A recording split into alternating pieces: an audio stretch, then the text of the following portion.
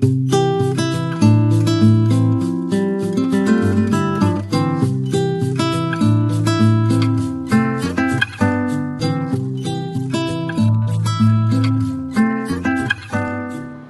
priatelia, predstavujem vám video Včelí peľ, moje skúsenosti. Ak by sme si rozobrali peľ, ako sa šíri. Peľ sa v najväčšom množstve, alebo je zaužívané, že najviac opeľujú kvety včeličky. Včelička má takú zvláštnosť, sa jej pripisuje vernosť kvetom. To znamená, že keď je zalietaná na kvet jablone, tak ona lieta do tej doby na tie kvietky, kým kvitnú tie jablone. Čiže z kvetu jablone ide zaznova na kvet jablone. Teraz ešte pripomeniem takú vec, že tie včeličky, keď my prevážame tie včely a keď ideme na niektorú rastlinu, napríklad na repku, alebo ideme na agát, a keď my prídeme tam skore, ešte keď ten agát kvitne, tak tie včely sa zalietajú na iné kvety, ktorým sa pripisuje tá vernosť tým kvetom, tak na ten kvet agátu sa nezalietajú, až kým neodkvitne tá rastlina, na ktorú boli zalietané, a to sa prejaví aj na výnosoch medu. Hej, že keď tie včely zavezieme zavčasu, tak nie sa také výnosy, ako keď už povedzme ten agát by bol rozkvitnutý a dovezieme tie včely, tak sa väčšina tých včiel sa zalieta na ten agát a väčšie množstvo donesú. Ale opeľovať môžu aj včely samotárky. Potom existuje opeľovanie, ktoré sa šíri vetrom. To vidíme najlepšie vtedy, keď peľuje, hovorí sa tomu hora peľuje, tak tento peľ ide až na niekoľko kilometrov a dostane sa tam, kde je potrebné. Vtedy ten peľ vidíme voľným okom a zapráši nám okná, zapráši nám autá. Vtedy je to nepríjemné a práve v tomto období sú niektorí ľudia alergickí na určitý peľ, ale nie veľa ľudí si myslí, že alergiu majú z peľu, ktorý nosia včely. Tu mám ten peľ, máme tu na pohári, ktorý je nazbieraný od včiel a sa užíva. A ukážem vám potom na konci, ako ten peľ užívam aj ja dlho rokov. Takže najviac ma prekvapuje, aj prekvapovalo to, že prišli ku mne ľudia, ktorí, keď som predával im med, alebo daroval, tak chceli taký med, v ktorom je máličko peľu.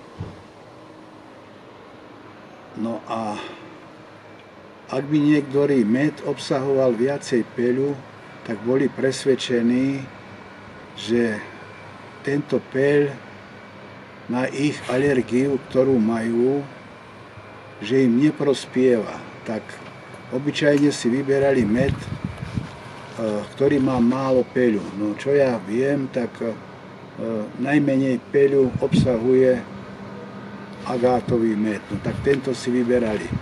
No a obyčajne títo ľudia aj málo kedy vedia, že ktorý peľ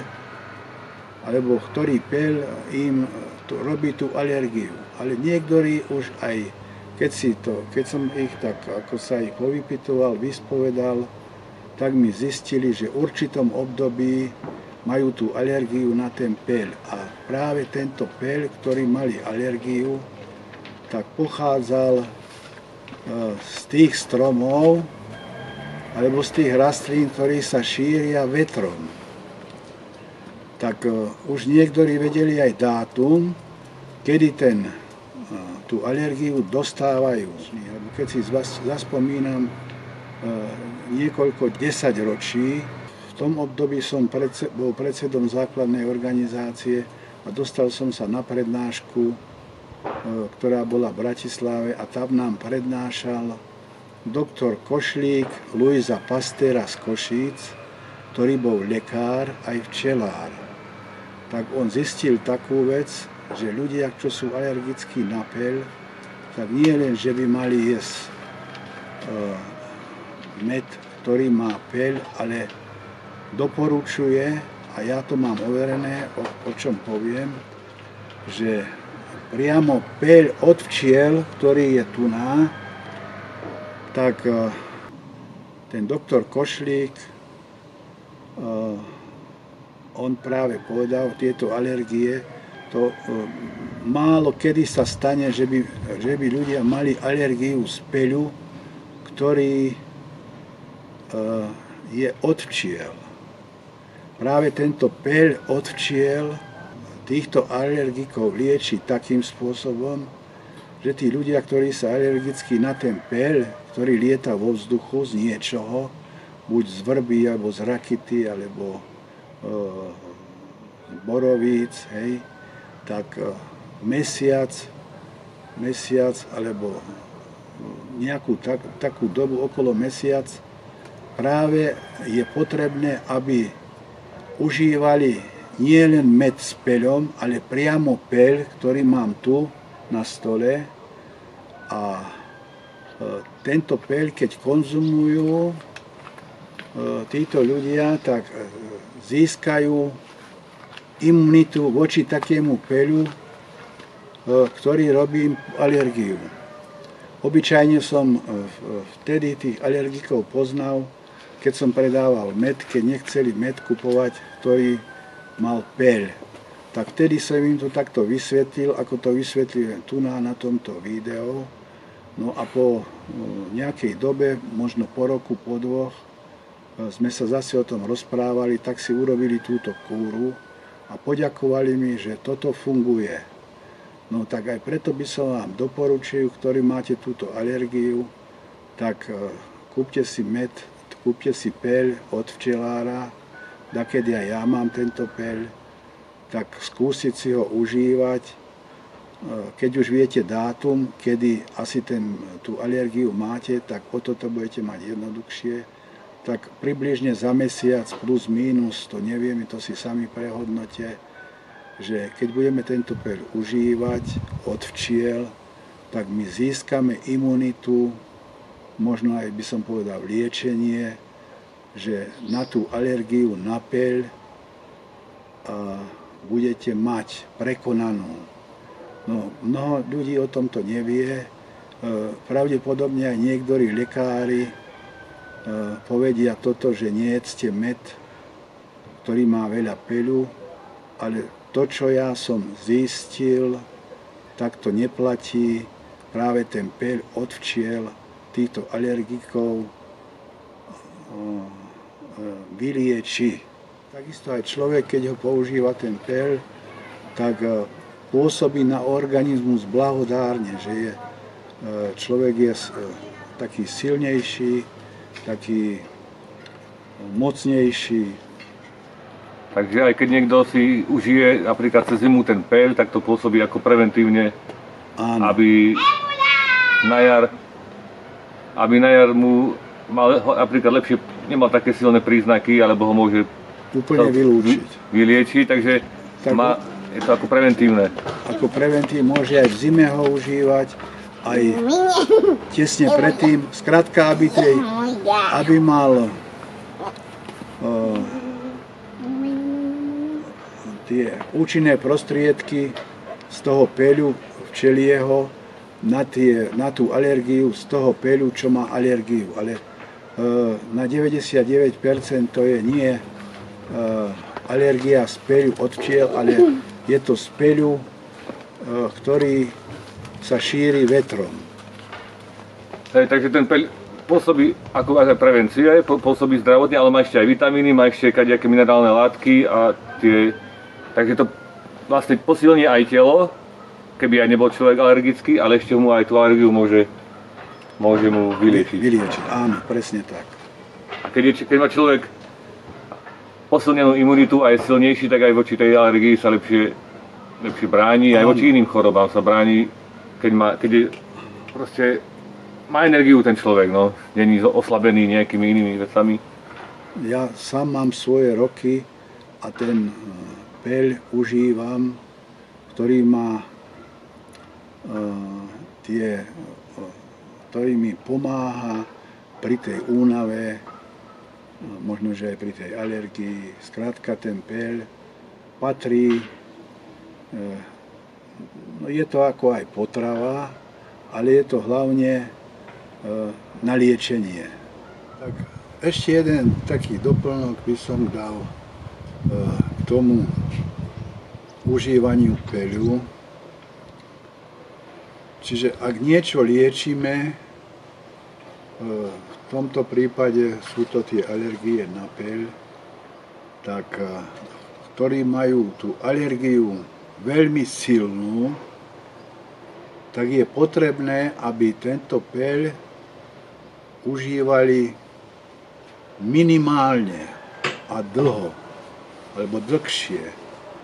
Zistil som, že niektorí ľudia, keď zjedia lyžicu medu, tak im napríklad napuchnú ďásna. To znamená, že v tomto mede je takisto ten peľ a títo ľudia by mali skúsiť, to nemám ešte overené, ale niekedy, keď to bude mať overené, možno, že sa k tým ešte zmiením, že by mali aj tento med nie zjesť celú lyžicu, ale len úplne trošička, čím najdlhšie, aby toto robili, aby to liečenie tej alergie, aby prebehlo tak bezbolesne. Takže ak ste veľmi alergickí, tak si vyskúšajte ten medík v úplne maličkých množstvách a dlhšiu dobu, povedzme aj celú zimu. Hej. Ak potom tie dávky budete si zvyšovať, tak už tú alergiu pomaličky prekonáte. No, ale to nemám ešte overené, ale skúste si aj toto urobiť a keď sa to podarí, tak budem rád a môžete ma informovať a ja budem informovať potom ďalších, ktorí ma pozerajú. Takže ja tuto, čo mám ten peľ, tak je vybratý z chladničky a každý deň si tento peľ si dávam asi takým spôsobom, že mám takúto lyžku z plastu. Nemala by byť kovová, ale to ja nemám vyskúšané, hej, či to tam niečo urobí alebo nie. Asi toľko, alebo koľko uznáte za vhodné, tak treba dať do tej vody letnej, hej. Predtým ešte, alebo potom môžem si to osladiť medom, ktorý mi pasuje. No a ja to obyčajne si dávam veľkú lyžicu z toho dôvodu, že už potom tou lyžicou si to aj miešam, aby som nemusel do medu znova to dávať, tak asi takým spôsobom to robím, asi to rozmiešam. No, ak by tam kvaplo, to celkom máličko kvapne. No a ešte ku tomu si môžem dať tam pár kvapiek propolisovej tintúry. No, ono sa doporučuje, aby ten peľ bol rozpustený, to je jedna vec. No, keď sa mi nerozpustí celkom, tak vypijem, hej, to som nevyskúšal, že čo je lepšie, to je tak na dlhodobo. Ale viem, že ten peľ, keď si ho užívam každý deň, mne sa najlepšie pasuje, keď sa zobudím v noci, povedzme o 3:00, tak sa idem napiť vody a to si urobím viacej ešte, aj je teplá, alebo letná, alebo čaj. A takto si to urobím, vypijem a idem znova spať. Čiže každý deň si to takto robím, doporúčuje sa aj 2-krát za deň, ale to vyskúšajte si sami, ako je lepšie, na tom nič nepokazíte, lebo či je to propolisová tintúra, alebo je to peľ, ktorý sa nedá predávkovať. To je nie ako keď máte tabletky, hej, každé 4 hodiny a ináč keby ste jedli povedzme každú hodinu, tak mohlo by vám to uškodiť, ale povedzme peľ, alebo med, alebo propolisová tintúra je zaujímavé na tom tak, že nedá sa predávkovať. Čiže keď sa jedná o propolisovú tintúru, ak by sme boli nachladnutí, to bude mať zase video niekedy. Takže keď sme veľmi chorí, zachrypnutí, tak môžeme častejšie, a keď sme menej, tak si môžeme menej krát dať. No asi tak zhruba. No ale ešte, že odporúčajú, že nechať ho chvíľku dlhšie vo vode, to nerobíte? No, môže ostať... Že lepšie sa strávi, keď ho dlhšie ostane vo vode. No, to sú také doporučenia, môžete si to zachovať, môže sa to aj tak urobiť, že ten peľ si dáte do vody večer a ráno ho vypijete, on bude rozpustený. No ale to dajako neviem to dokázať, že či to je lepšie, alebo je to horšie. Ja som len počul, že on ako tá kôrka toho peľu, ako šupka, ona pukne. Hej. Takto. No, ono dá sa ten peľ, dá sa aj rozmiešať v mede. Hej. On to mede sa rozpustí a ten med s tým peľom môžete mať na kredenci a liškou si ho potom dáte do tej vody alebo do čaju a ten peľ sa nepokazí s tým medom. Ale samotný peľ, keby ste ho nedali do chladničky, tak môže podliahnuť takej skaze, že ten peľ sa pokazí tým spôsobom, že sa tam naliahnú mole. No a viete si predstaviť, že keby ste tam mali mole, tak je to znehodnotené. A mohol by aj splesnivieť, keby bol... Aj splesnivieť by mohol. Takže ja ho skladujem v takej teplote okolo 8 stupňov, hej, mám takú miestnosť, pivnicu, kde je tam stála teplota a tému peľu sa nič nestane. No a keď si už zoberiem, že už potrebujem do kuchyne si ho zobrať, aby som ho používal, tak si dám do chladničky, ako tuto vidíte, ten pohár. Z chladničky ho vyberiem, nadávkujem si to a vložím si to znova do chladničky.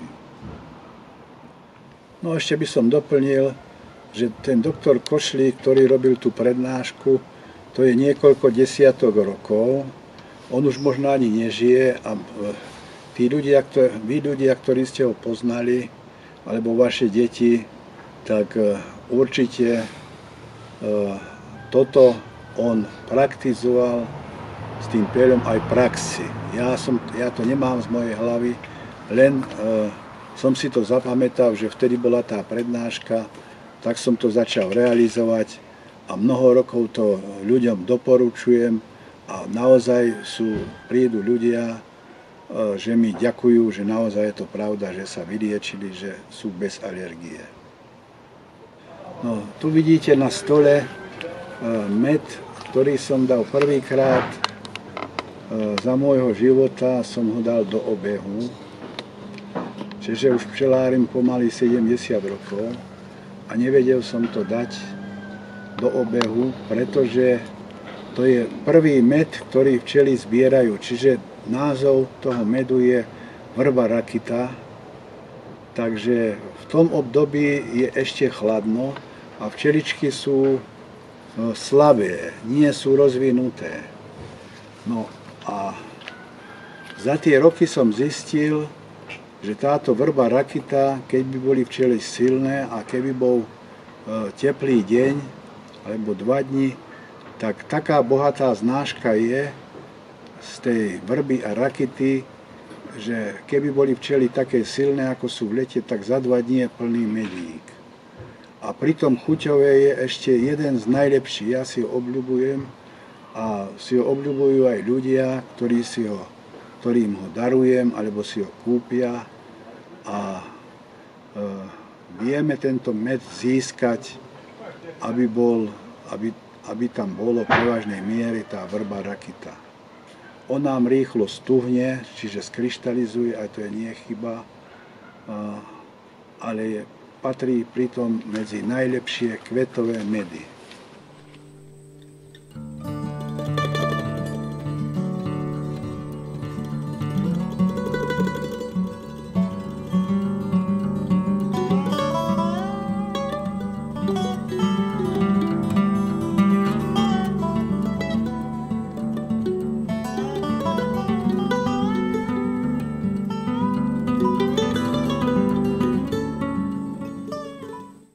Tento klobúk, čo vidíte, to používam na miesto kukly.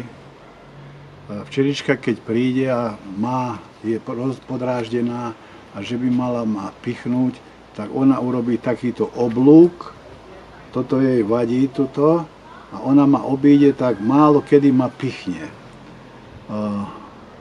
Ja kuklu nepoužívam skoro vôbec, rukavice takisto nie, pretože to by nebola robota so včelami, aby som ja robil v rukaviciach a kukle. Keď som v kočovnom voze, keď pozerám si tie včeličky, tak sa postavím alebo posadím tam, aby som nebol, aby včeličky išli do svetla. Čiže musím byť tak nadstavený, aby ja som nebol na svetle, ale oni, aby išli za svetlom opačným smerom. A takto sa mi bez kukly, bez rukavíc, sa mi to robí pohodlnejšie. To je všetko. No ale to ste vo včelíne. No to je jedno, kde som. Aj vonku, aj tu, keď som bol vonku, tak si sadnem tak, že... Ja aj tak, aby ste... Keby som napríklad tuto bol, tam je slnko, tak si tuto postavím nad stavok so včelami, vyberám si a včely idú tým smerom, kde je svetlo. Do tmy idú málo kedy.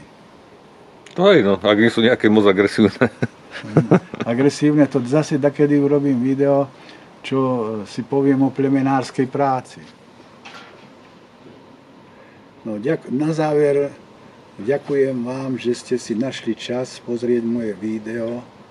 Teším sa na vaše reakcie a vy sa skúste tešiť a ja sa teším na ďalšie videá, ktoré mám skúsenosti. Zase by som ich postupne vám ich prístupnil a predovšetkým ďakujem Dušanovi Adamcovi, ktorý ma natáča, tiež je včelár, ale má veľmi rád nahrávanie, tak to je spolupráca taká, že ja tie odbornosti, ktoré mám, môžem za pomoci jeho môžem vyjadriť a dám a pustí sa to do sveta vám.